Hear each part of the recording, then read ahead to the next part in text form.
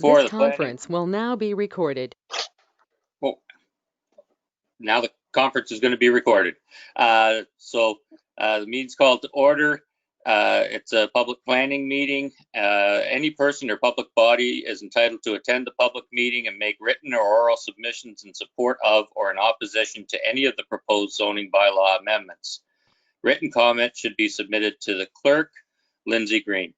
And if a person or public body does not make oral submissions at the public meeting or make written submissions to the Township of Southgate before the zoning bylaw is passed, the person or public body is not entitled to appeal the decision of Council of the Township of Southgate to the local planning appeals tribunal.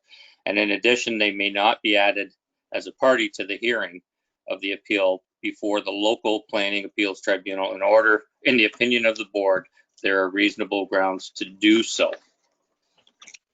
So I'll start off with file C620. That's Nelson Martin.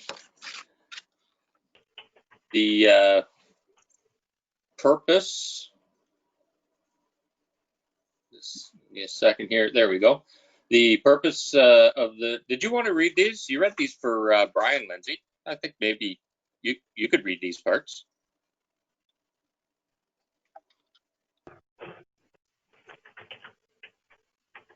Oh, don't hear Lindsay. Sounds like you're reading them, John. Of course, my Yeah. internet is being Okay. filled in. No, I'll do it. So, I can go ahead and do this, Lindsay. The proposed zoning bylaw amendment application is to allow for the expansion of an can existing. you not?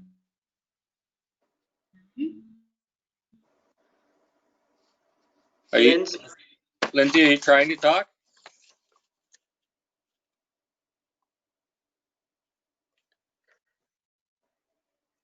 Sorry, folks, hang in with us while we deal with some technical stuff here.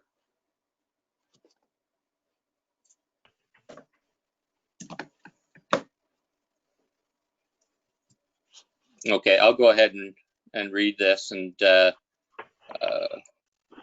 we can go from there.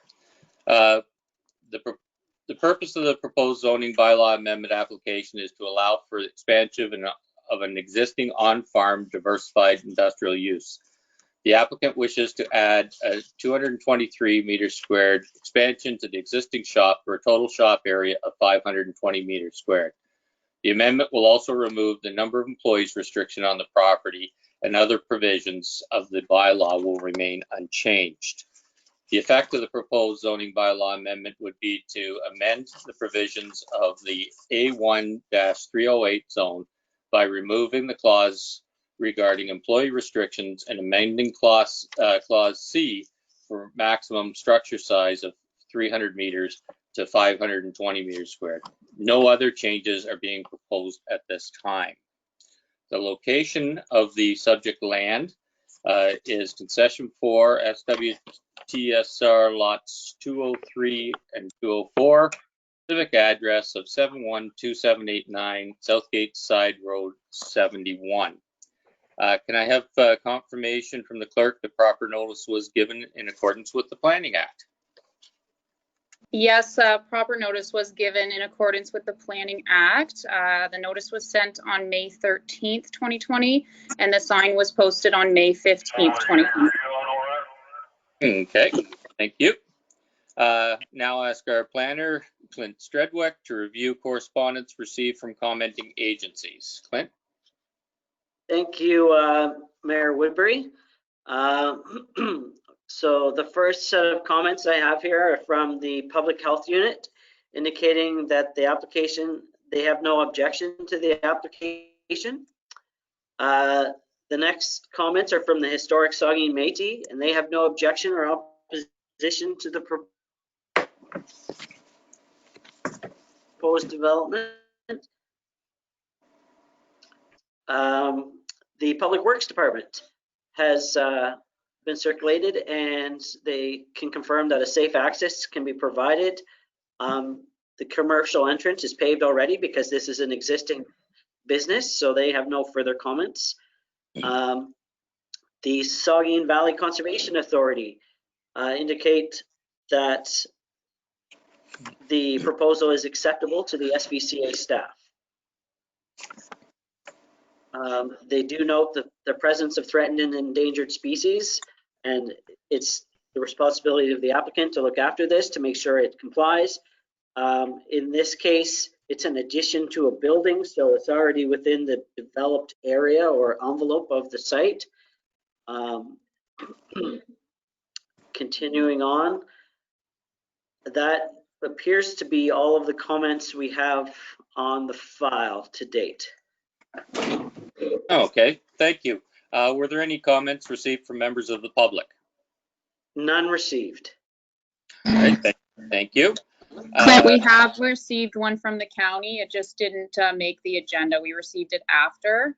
Okay. So it'll get uploaded to the website. It might already be, actually.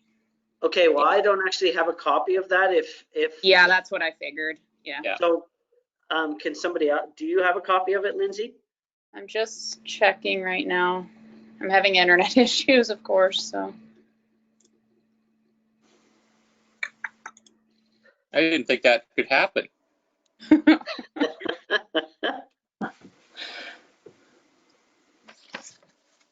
So if you could read Okay, those. yeah, it's on our website, so let me just read it.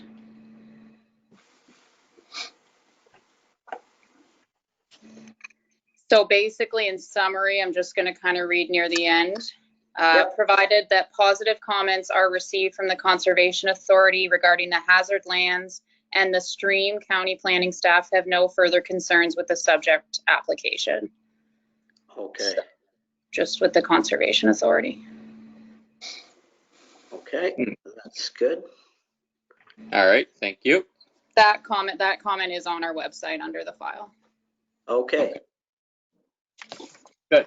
Well, then we'll move on. Are there any questions from council at this time? I have one, John, through the Okay, chair. Martin. Clinton, Yes.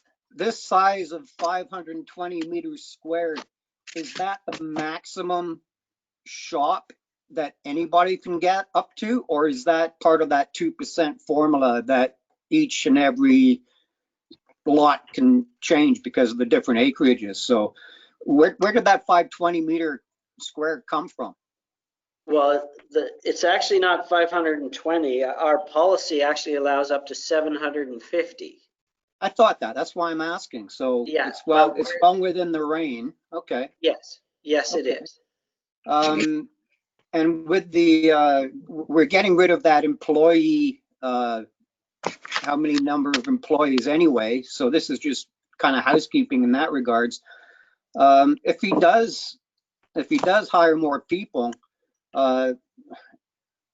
maybe this is a building code question. Would there be enough capacity with the tile bed? Or is that even a consideration for these guys? That could potentially be a consideration. They will have to amend their site plan to show the new building envelope, and at that time we would assess it for that, or the building would, as well as any fire requirements based on the size of the building. Okay. Thank you. Okay, thanks, Martin. Any other questions from council? Okay, not hearing any. I'll ask if the applicant or agent is present, and if so, could you identify yourself by stating your name for the record? And would you like to make any representation?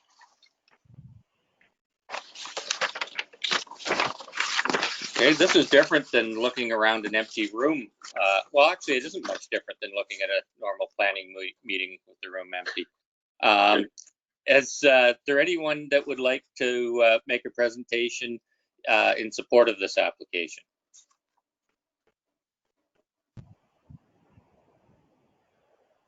Hearing none. Is there anyone that would like to make a submission in opposition? Okay, hearing none. Are there any other questions from council?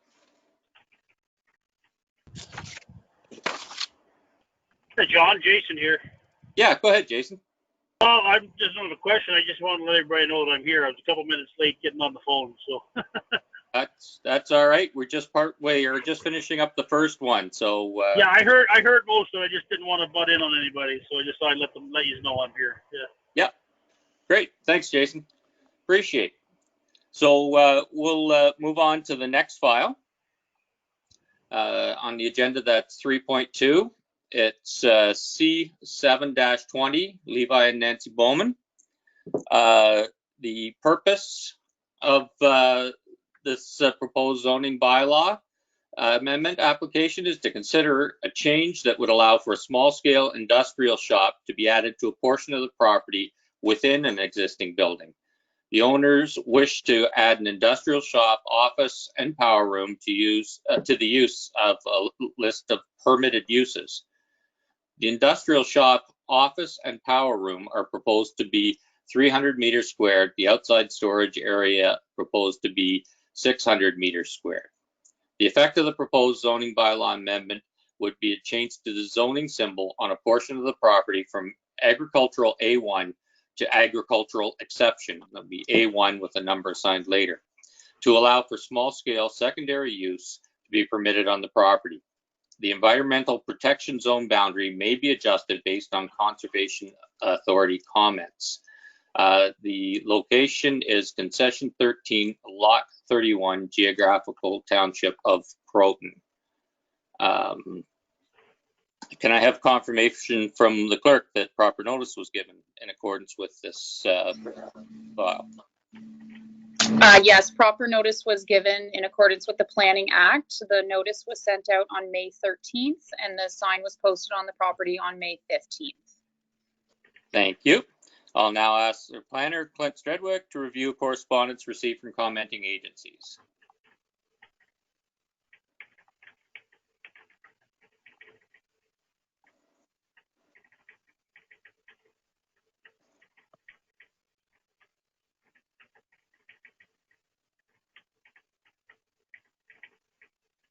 You there, Clint?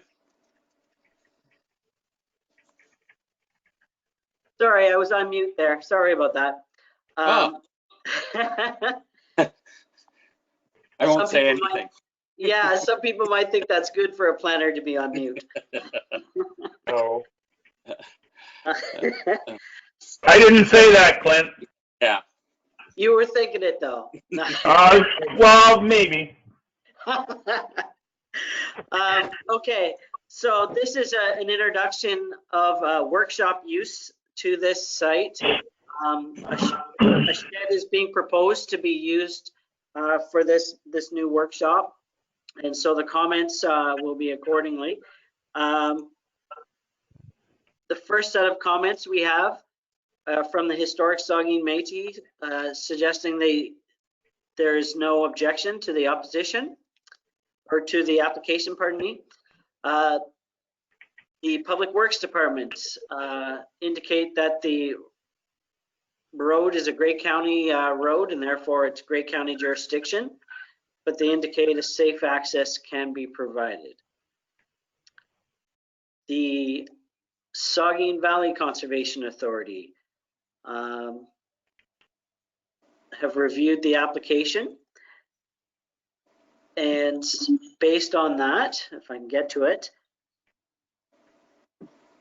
they have reviewed the application, including their regulatory role under the Conservation Authorities Act, and given the above comments, it's the opinion of the SVCA staff. It is consistent with section 3.1 of the PPS and section 2.1 of the PPS, and it's also consistent with the Grey County and the township official plans. They find the application acceptable to the Conservation Authority. The County of Grey Planning Department have provided comments, and the county indicates that the transportation services have reviewed the proposal and have no concerns other than the existing entranceway is subject to the subject property shall be upgraded to a commercial entrance. And it says staff are of the opinion that the proponent has already applied for an entrance permit with the county. So that's a good thing. Provided MDS can be met, should that be a requirement by the township and the entranceway is upgraded to a commercial entrance, county planning staff have no further concerns. And that is all the comments I have here in front of me. Great, thank you. And just to confirm, did you receive any written comments from members of the public? I have not. Okay, thank you. Is there any discussion or questions from council at this time? Yes, Mayor Woodbury, it's Barbara DeBreen. Go ahead, Barbara. Good morning. Good morning, Clinton. I note in the application that they mentioned that that there would be limited statutory holiday operation, which we usually in your staff report or when you come back would be that there would be no statutory holiday.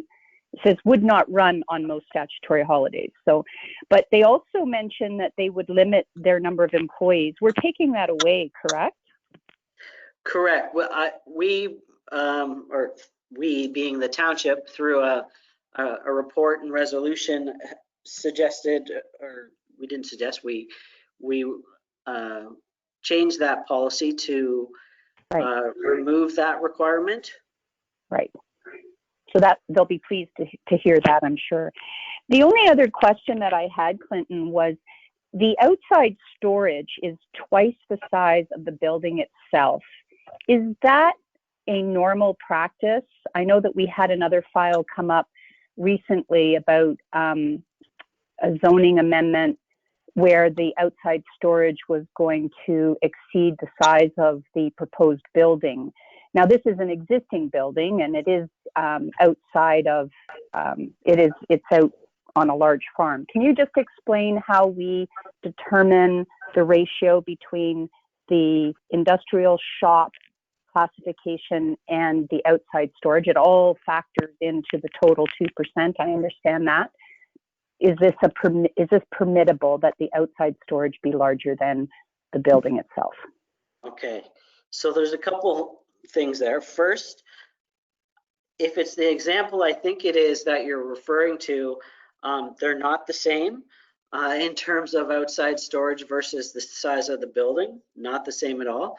However, in this case, this policy is in the official plan, and it says where you don't use all of your space for your building, you can then use that additional space as outside storage space. That's what I thought. That's what the policy is for these small scale commercial and industrial uses. There is a limit to it though. It's 1,250 square meters combined building. Yes, combined, thanks. Yes. So that's wonderful. Okay. Yeah, you just confirmed what I thought, but I didn't have access to my planning report, my PPS. Thanks. Okay. Thank you. Any other questions or comments from council? Yeah, John. Yeah, go ahead. I had one. I'm pretty sure I read that it stated for the shop it'd be metal processing or plastic processing. So, Clint, will that be determined at the time of the site plan, or is that what's happening there? Just for the just for the fire department's sake. Well, usually we in a zoning bylaw we allow for either of those uses. Sometimes we can make them mutually exclusive so that only one can happen at a time if necessary, based on fire requirements and that sort of thing. Okay. But you're either going to allow the use or not. And then at the time of site plan control, we can further regulate that. If they're going to be maybe doing a mix, maybe they have to put in a reservoir in that location so that it reduces any fire risk. Yeah. Okay. Well, I just a question, because a while ago we had something come up where the change was going from plastic to wood or something. So Yeah, and I just in wanted that bylaw, we made it mutually exclusive that it was going to be either wood or plastic or metal or whatever the case was, but you could only do one use at a time. yeah, that's understandable. Okay, thanks, man. All right, thank you. Any other questions or comments from council?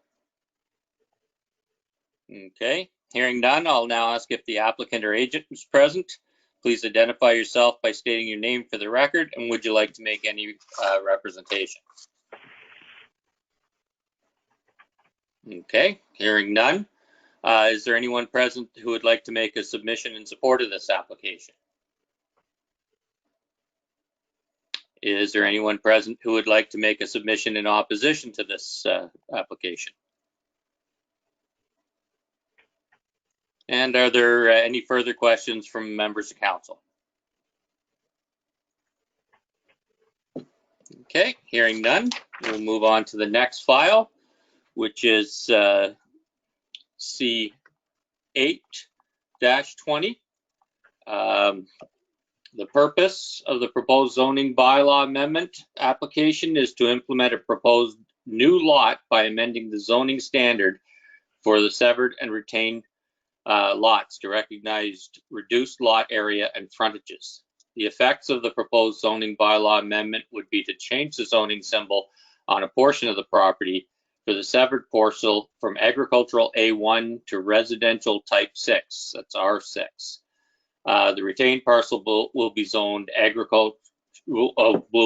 from agriculture A1 to agricultural exception, that's A1 with another number to it, to recognize a reduced lot area and frontage. The environmental protection zone boundary may be adjusted based on conservation authority comments. The subject land is located Concession 7, Lot 19, civic address 105701 Southgate Road 10. Can I have confirmation from the clerk that proper notice was given in accordance with the Planning Act, please? Yes, proper notice was given in accordance with the Planning Act. The notice was sent on May 13th and the sign was posted on the property on May 15th. Okay, thank you. I'll now ask our planner, Clint Stredwick, to review correspondence from commenting agencies. Clint? Thank you, Chair Woodbury. In this case, this is to implement a proposed consent that will be coming forward to the Committee of Adjustment soon, but we would set the policy here first for it. This is one of the rare instances actually where they are permitted in the township to have an outright lot in the area. Many of our lots, our official plan has done a good job of keeping them intact as 100-acre parcels. So this is one of the ones where that's allowed to happen for a severance. So the comments for our first here, we had the Historic Saugeen Métis indicating that they have no objection. The Saugeen Valley Conservation Authority have reviewed the application and find the zoning bylaw acceptable, provided there is no change to the EP zone and wetland zoning, and subject to the following recommendation: that is, development and site plan control agreements or other planning mechanism the township deems suitable between the landowner and the township be implemented to ensure the mitigation measures outlined in the environmental impact study are carried out. So that could be done as part of a condition of approval when we get to the consent stage. We can put that in as a condition of the consent. Moving forward, let's see here.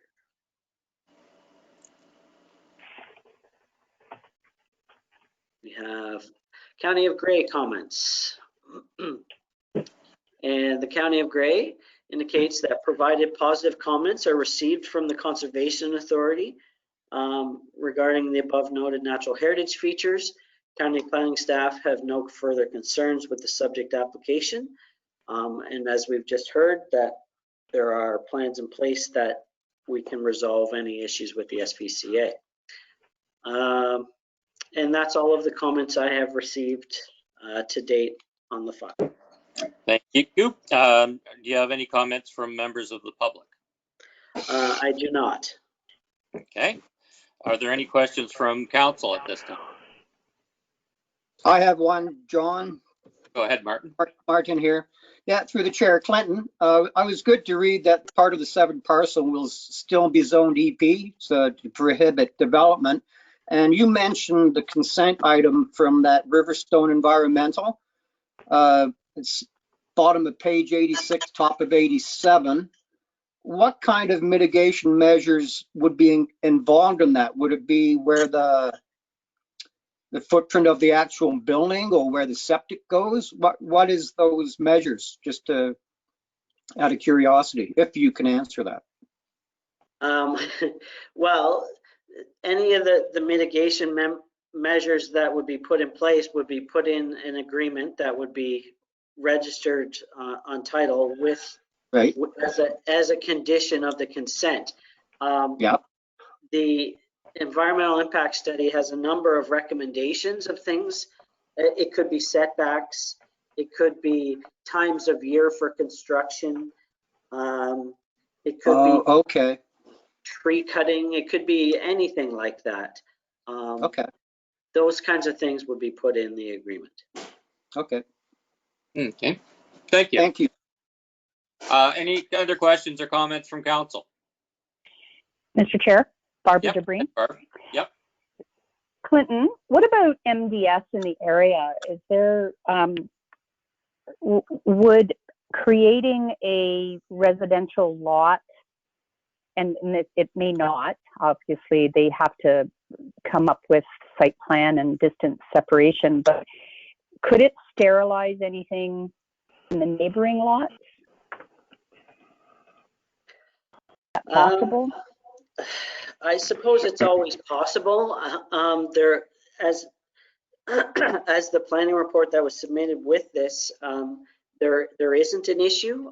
Ron Davidson actually filled out the application, and there is, at the present time, there are no barns that are in conflict. Right. So that it meets the policy, and so therefore, when a farm would come into play and wanted to build a livestock facility, they would have to respect that distance and may have to move further back on their lot or reduce their sizes, but not sterilize entirely. That'd be great. Thanks. Okay. Thank you. Any other questions or comments from council? Okay, hearing none at this point, I will now ask if the applicant or agent is present. Please identify yourself by stating your name for the record, and would you like to make any representation? Yes, good morning. It is Ron Davidson calling. Can everybody hear me? Yes. Super, thank you. Good morning, everyone. I have very little to say. The Sevilles, I represent them. We filed the application a while ago. This is one of those, as Clint indicated, one of those rare occasions in Southgate. You're blessed with having prime agricultural land. And as you know, the official plan identifies prime agricultural land as places them within the agricultural designation. And severances are pretty much impossible to get in the ag designation, except in the case of a surplus farmhouse. This is not considered to be prime agricultural land, and therefore your official plan and the county official plan has identified it as rural. And the rural policies do allow for limited lot creation. Limited is 3 lots per 100 acres, or 4 if you include the retained parcel. This 100 acres is still intact. There's never been anything severed off it. So they do have the right, at least to be considered for a lot under your official plan. As you're aware, there was an environmental impact study done on the site. It does promote or allow for the lot to be created as long as the development on that lot occurs on the west side of the property. That's all I have to say. Thank you. Oh, thank you, Ron. for adding that in. Now I'll ask if there's anyone present that would like to make a submission in support of the application. Is there anyone present that would like to make a submission in opposition to this application? Okay, any further questions or discussions from members of council? Nothing here, John, other than to say thank you to Mr. Davidson for a complete report. Yes. Yes. My pleasure. Yeah. Makes Sure life makes it easier. Okay, so we'll move on to the next file then. The next file is Southgate Meadows Incorporated. The purpose of the zoning bylaw amendment is to rezone portions of the aforementioned lands to permit residential development on a portion of the former stormwater management block, as well as to rezone a portion of the lands to permit townhouse dwellings. All other provisions of the bylaw shall apply. The effect of the proposed zoning bylaw amendment would be to change the zone symbol on a portion of the subject property from open space to residential type 1 exception. That would be R1-378H to residential type 3, and that's R3-379H, and residential type 1 exception, R1-378H. These changes would implement the proposed Redline revision. All other provisions of the bylaw shall apply. And this property is located at Concession 2, SWTSR Part Lots 225 to 228, Plan 480, Lot Y, Part Block, and RP 16R 7565 Part 2, Geographic Township of Dundalk. May I have confirmation from the clerk that proper notice was given in accordance with the Planning Act? Yes, proper notice was given in accordance with the Planning Act. The notice was sent on May 13th and the sign was posted on the property on May 15th. Thank you. I'll ask our planner, Clint Stredwick, to review correspondence received from commenting agencies. Clint? Thank you, Chair Woodbury. I'll read these, and there is a bit of a presentation there from Flato that following, if you want to allow Flato to make that presentation after I read the comments. Sure, absolutely. Okay. As was stated in the notice, this is actually in conjunction with a Redline revision for the application, which is with the County of Grey at the present time.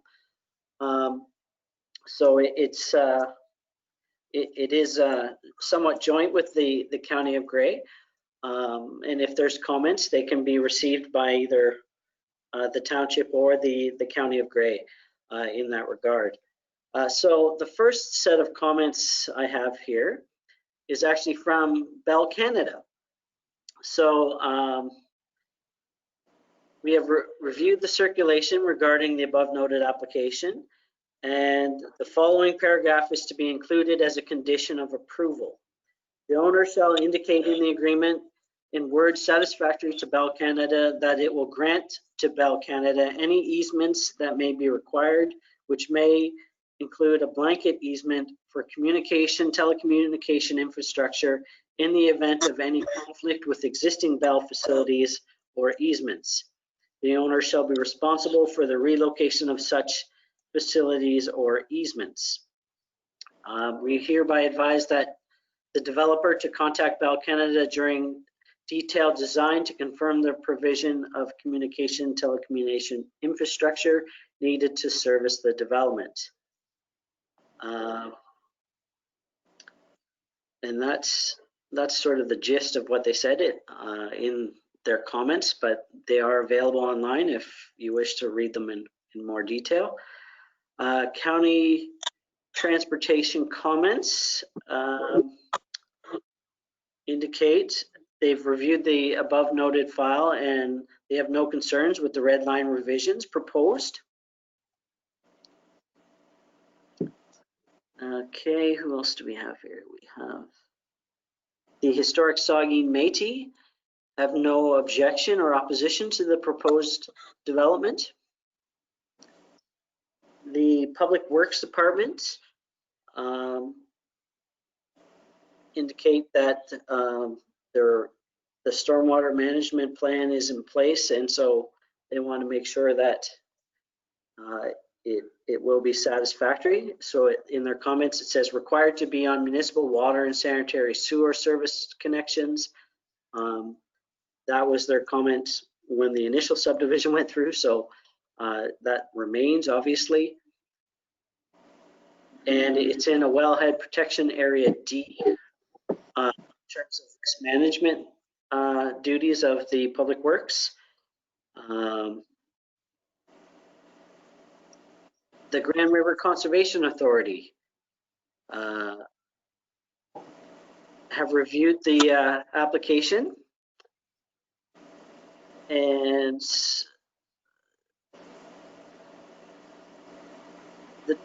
I'm just reading. Additionally, so they've reviewed the various documents, and based on the information provided, they say they cannot confirm that the stormwater management block is adequately sized in the Redline revision.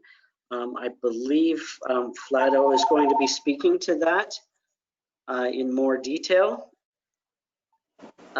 in their report. They are aware of these comments, of course. So they can't confirm the sizing. At this time, we ask the following information be provided for clarification. It's in regard to the percentage of imperviousness and some more technical information in nature. Again, that's available should anyone wish to read it out in full.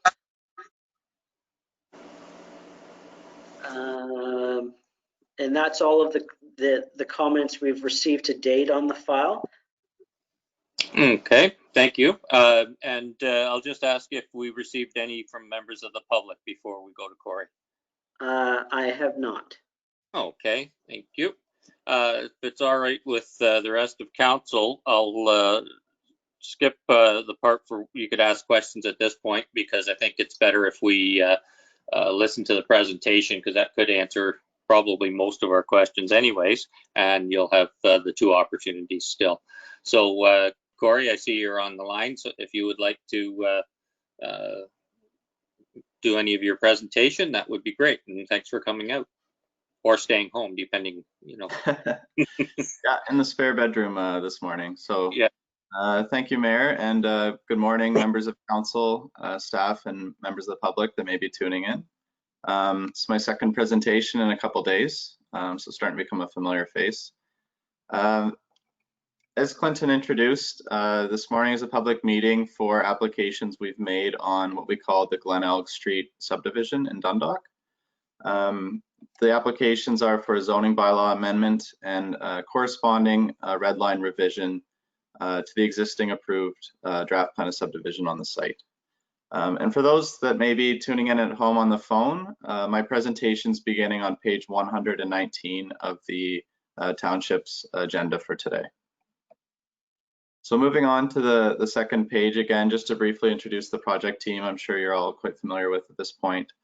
The owner is Flato Developments, Inc. The engineering consultant is Crozier, and Brandon Powers from Crozier is on the call to answer any detailed engineering questions that may arise after my presentation.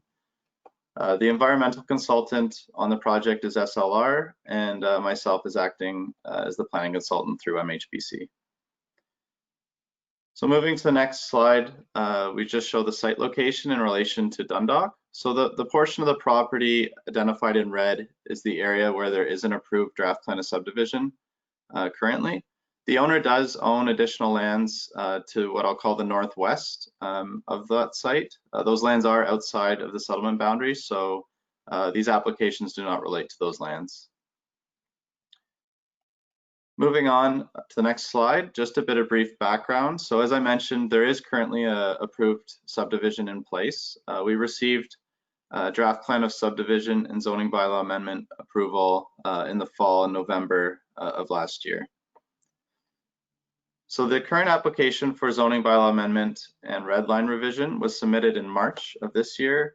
And again, it's for a revised residential layout. And we'll get into it a bit more detail in the next slide, but we're essentially revising some of the single detached dwellings to townhouses. And there's a bit of a reconfiguration of the stormwater management pond, which has allowed for some additional single detached units to be added. So moving on to the next slide, here's the proposed redline draft plan drawing. So there is a lot of red on this plan. The changes aren't as significant as it may appear based on that. A lot of the red is just changes to the block or lot numbers. Since we did make some changes, there's kind of a cascading effect to the numbering. Really, the changes proposed are to the stormwater management pond, which can be seen along the south side of the site. We're adding 7 single detached dwellings along the west side of that storm pond, fronting onto what's currently known as Street A. And then I'll get into it a bit more further down, but where we're adding the townhouses is the lots along the north side of the stormwater management pond, fronting onto Street F. And then also some of the blocks fronting onto Street F and E, just north of that. So moving on to the next slide, this is the proposed zoning bylaw amendment. And this more clearly identifies the areas that are proposed to be changed through these applications. So again, you can see the stormwater management pond block is the large block along the south side, zoned open space, or OS, on this drawing. So the lands on the west side with the single line diagonal hatching are the lands proposed to be single detached dwellings. So we're adding 7 additional single detached dwelling lots there. The other lands identified with more of the cross diagonal hatching are currently approved single detached dwellings that through this process we're proposing to revise to be townhouse units. Since the time of the original approval, our owners had a chance to kind of gauge the market through some of their other developments in town, and there is a strong demand for townhouses is what he's finding. So we had going through this process, we had to look at where best we could incorporate some additional townhouses in the development. One strategy we tend to look at when we're looking to incorporate a mix of singles and townhouses is trying to keep townhouses fronting onto internal streets that aren't going to function as a collector. So on this plan, Street A and Street B, which are the 2 roads coming in off of Glenelg, will function as a bit of a collector street in the subdivision. We've kept the townhouses to front onto more internal roads where it'll just be local traffic, and that just assists with traffic flow, as you'll tend to have more driveways fronting onto those streets. So it's a bit of a strategy to try to reduce traffic flows on those internal roads. So moving on to the next slide, the purpose of the proposed zoning amendment, as mentioned, is to rezone a portion of the stormwater block, which has been determined to be surplus, from the open space zone to the residential type 1 exception 378 with a hold zone. And that's a lot of numbers there, but it's the existing R1 zone that's approved on the site for all the single detached lots.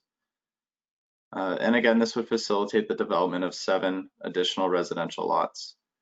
Just to back up a second, the reason the stormwater management pond has been determined to be surplus at this time is at the initial time of application, the stormwater management pond was actually sized to accommodate both this development and any potential future development that may occur on the lands outside the settlement boundary. Through that process, we did receive comments from the GRCA, and there is almost along the settlement boundary, there's a split in the watershed, and they advised that their preference was not to have one large pond, but to have one smaller pond on these lands, and if the lands outside the settlement boundary would ever develop in the future, that they would have their own separate pond, and that would really keep the stormwater on the sites within the respective watersheds. So through that, we had to look at reducing this pond size down just to accommodate the lands on this site, and that again afforded the opportunity to provide some additional dwellings. I'm actually going to skip over the next slide, so I'll come down to page 127, where it says proposed redline revision. So this is zoomed in a bit. Again, you can see the reduced area of the stormwater management pond block, and the new single detached lots being added are shown as lots 99 to 105 along the west side of the pond. The blocks that are where we're adding townhouses to replace some of the existing approved singles are just north of that. So you'll see blocks 125 through to block 130.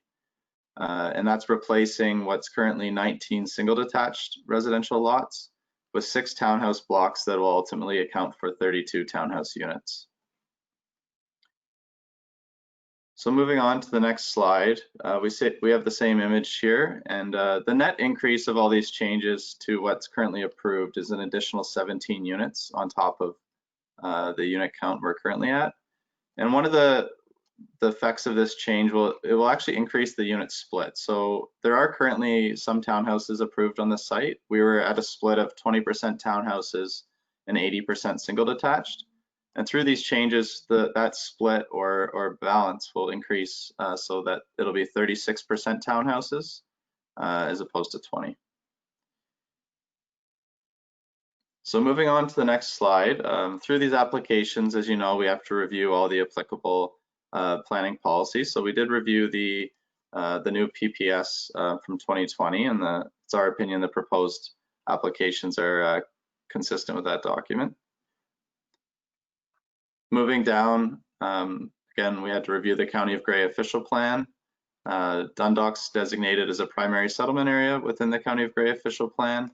And there's a number of policies that generally look to provide a range of housing types, densities, and affordability, and promotes desirable and efficient land use patterns.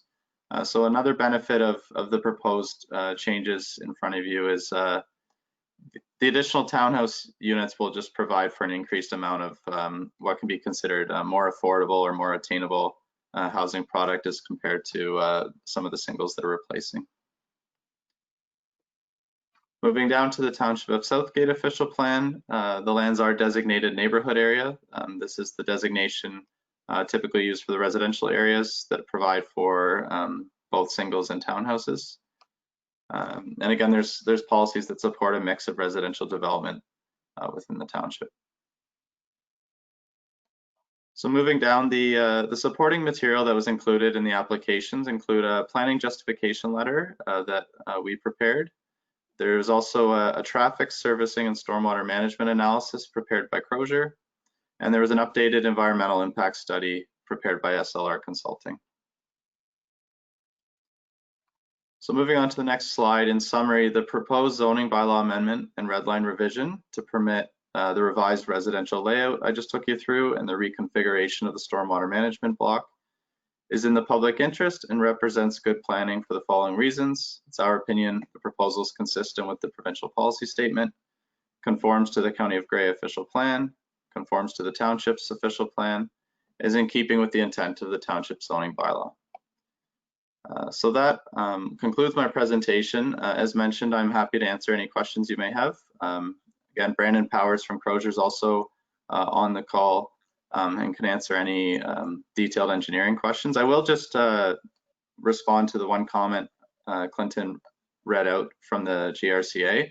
So since the time we received that comment, Crozier's office has prepared a formal response to that and provided that back to the GRCA and have engaged on some discussions.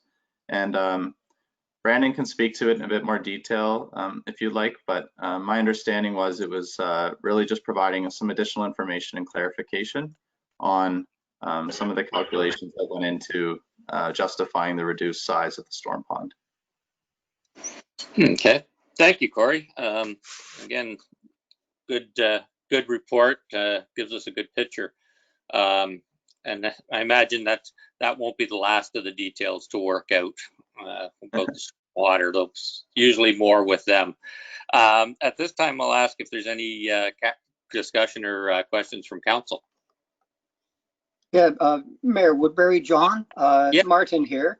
Yep. Corey, good report again, just like the other one. And thank you for dealing with the Grand River Conservation Authority concerns. I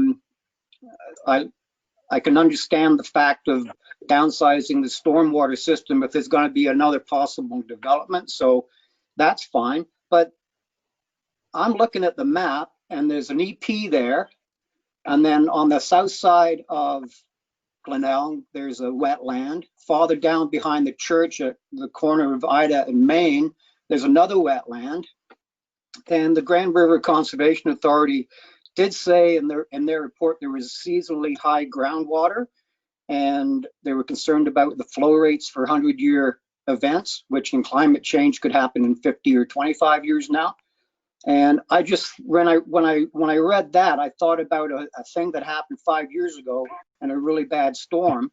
That house at the corner of Ida and County Road 9, the water was so bad and so high, the person was canoeing in his yard. So there's a lot of water sitting around. With the seasonally high groundwater, are all these houses going to have sump pumps? And where does that sump pump water go? Does it go into the drains and into the storm water? So that's a technical thing for Mr. Powers, I guess, but there is certainly a lot of water there to deal with. And I got the impression they were concerned about an overflow that might be too much for that pond. So that's, I guess, comments that could bring more questions, I guess, Corey. So. Right. Appreciate those comments, Jim, and I'll pass those over to Brandon, because I know his team's been doing a lot of work on this, so he can certainly provide a more detailed answer to your questions. Thanks. Thanks, Brandon, for joining us. Thank you. Yeah, no problem. Can everyone hear me all right? Yep. Perfect. Yeah, so a couple of questions in there. The first and probably the easiest answer is your question on the sump pumps. So yes, these units will be equipped with sump pumps. They're primarily going to be draining into the storm sewers and into the stormwater management facility where control will be provided. There may potentially be a few that will discharge towards the that little wetland area on the west. But as part of our design and ongoing works, in correspondence with the Conservation Authority, we are completing a feature-based water balance for both the wetlands to the west and on the south on the other side of Glenelg Street there. So that'll be ensuring that in the developed condition, we're not causing any kind of flooding issues or excessive water problems. Okay, thank you. Thank you, Brian. Yep. Yeah, no problem. And any other questions or comments from council?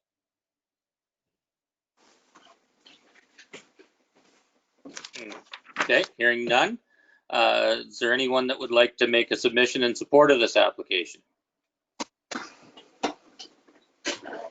Anyone present that would like to make a submission in opposition? Okay, and any further questions from council at this time? Not hearing any.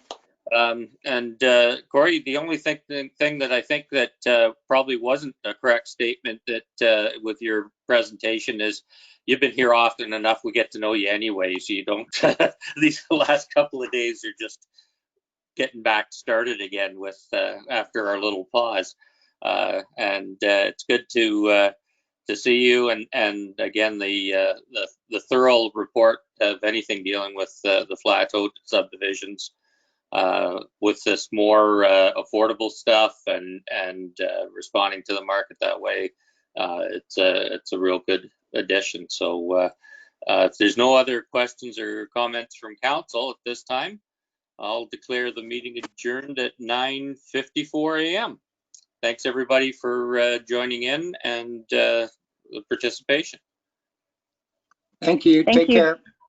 Have a great weekend, Thanks, everyone. Stay safe. Okay.